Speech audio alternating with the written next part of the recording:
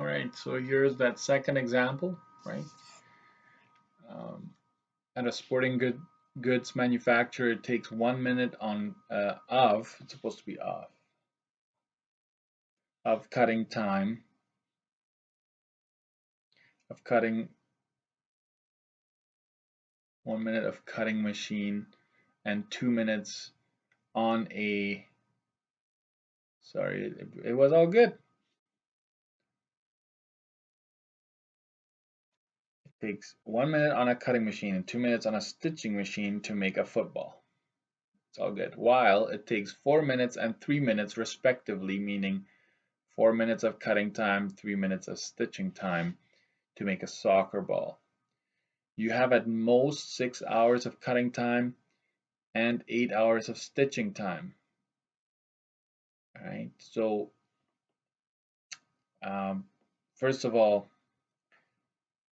there's a bunch of stuff happening here in terms of time. So we're talking about cutting time and stitching time for both, for the football and the soccer ball. So what are the two variables? Well, I'm telling you, right? Let X be the number of footballs and Y be the number of soccer balls made. So I'll show you how to put that all together. So you only have 6 hours of cutting time, so there is a restriction on the cutting time and a separate restriction on the stitching time. Due to popular demand, the manufacturer makes at least 20 soccer balls per day. So what's going on here, at least 20 soccer balls? This is specifically talking about soccer balls. There's no combination of soccer and football. So this will result in a horizontal or vertical line. Uh, there'll be a special inequality there.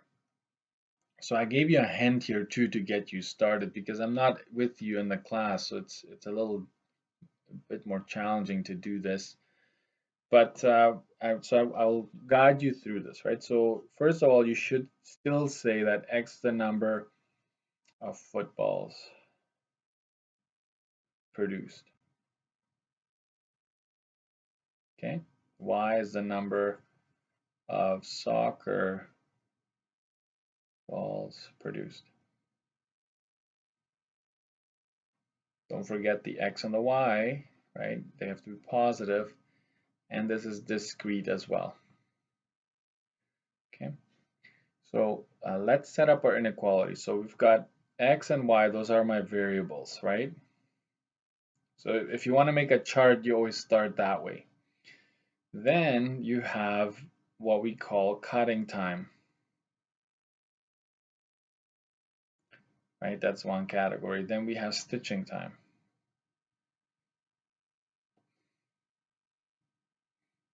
Okay, and so this is, you kind of organize your information here so you're not mixing up the numbers, right? So it's 1 minute for the football. It takes 1 minute of cutting time and 2 minutes of stitching time, right? So this all belongs to that variable.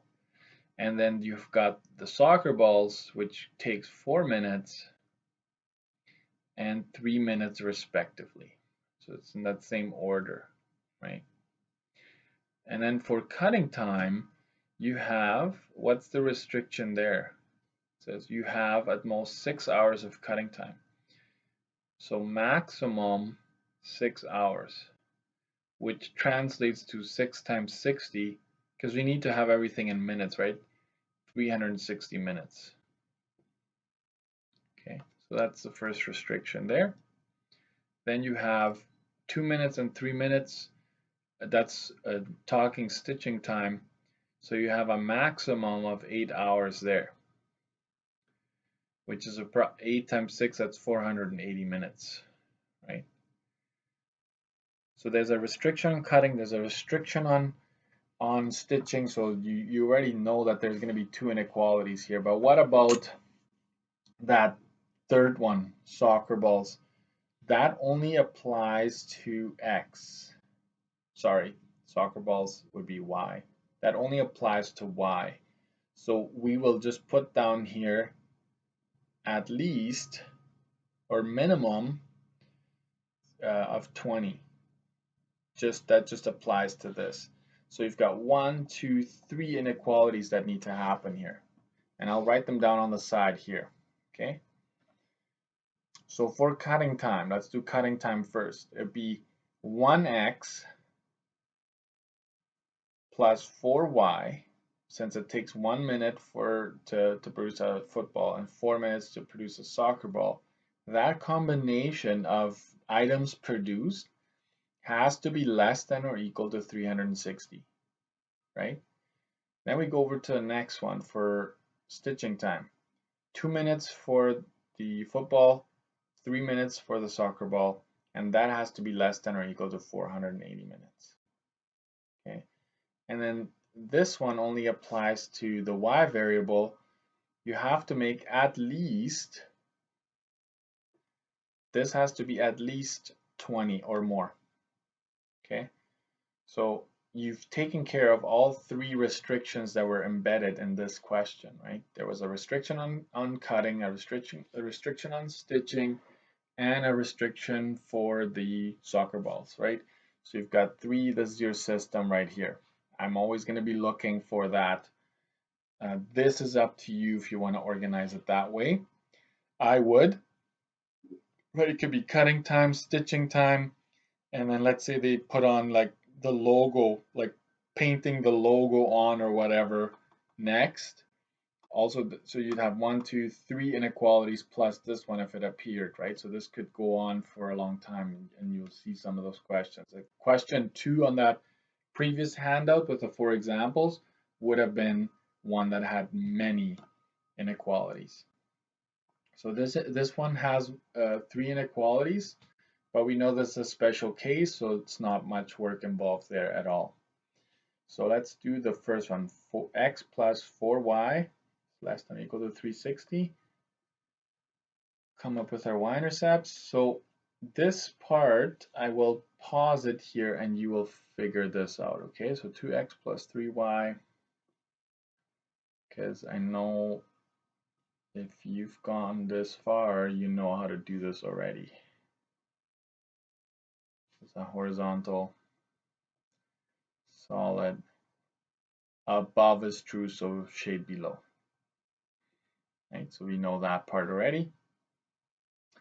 And it does go through 0, 20, so you should take that into account for scale purposes later. Okay, so I'll pause it here. There it is, all the work done. It's extremely important that you get your signs and everything right, or else if you plug it in, it just makes everything go downhill. Okay, so you gotta make sure if there's a negative, right, if x is positive here, when it comes over, it turns negative. If you divide by 4, then it's negative 1/4 x plus 90 and so forth, right? So I don't have a whole lot of room for graphing now, but I will make it work. Okay, so this is I take my time on these ones because I know that a lot of us have a hard time graphing by hand, okay? Number of footballs, number of soccer balls, okay? So we've got that. And I need a scale that works for me. So I look at all the x-intercepts. I look at 360 here. Okay, let's make sure it's all on there. 360, 240. That'll work. So I need to go all the way to 400. You know, that's what I'm going to do. It's just big numbers. So 100, 200, 300, 400, as long as it's equally spaced out, right? And you just pick a scale that's consistent that works for you. And then this goes all the way up to, I got 0.90 and I've got 0.160. So if I go up to 200, that should be fine. So 50, 100, 150, 200. Okay. And labeling shouldn't take too long. So I've got that. So now let's graph 360. This would be 350. So I'm just going to scooch over to 360 here. 0.90 is right there. So I'm graphing my first line. Okay. And I'm going to label, I'm going to go down here. Okay.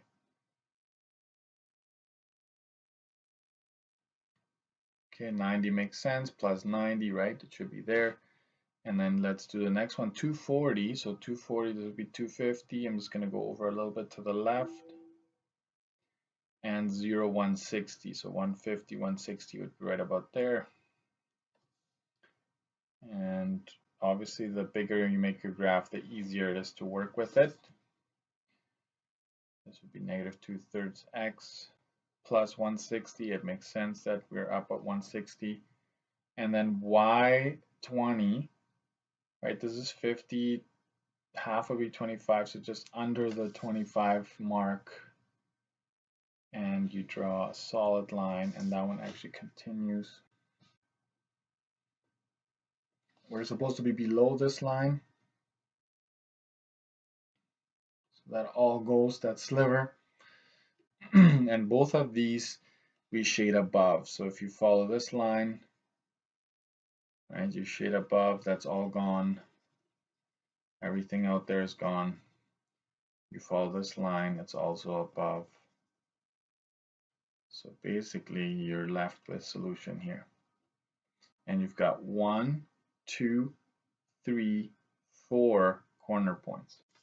Okay, so this would be a bit more work here. So corner points, I'm stating them on the side. 0.20 is definitely it, read it. 0.90 is definitely it. And then these two, you'll have to use your calculators to find that, right? And I'm just going to tell you this is 210, which makes sense. 20, we knew the 20 part, right? You can graph this and find the intersection between these two lines here.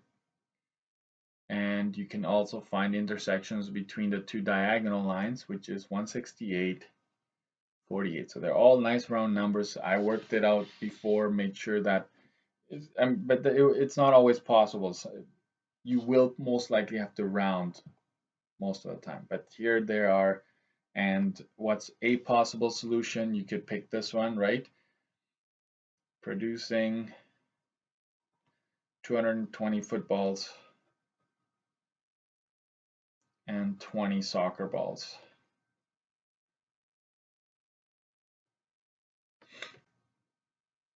Is a possible combination. Okay, so there you have it. That's a bit of a longer process, but that's what it takes. All right, so I'll post a few more for you to try, and then we'll go to that last step. And by the end of this week, we'll write our test on this.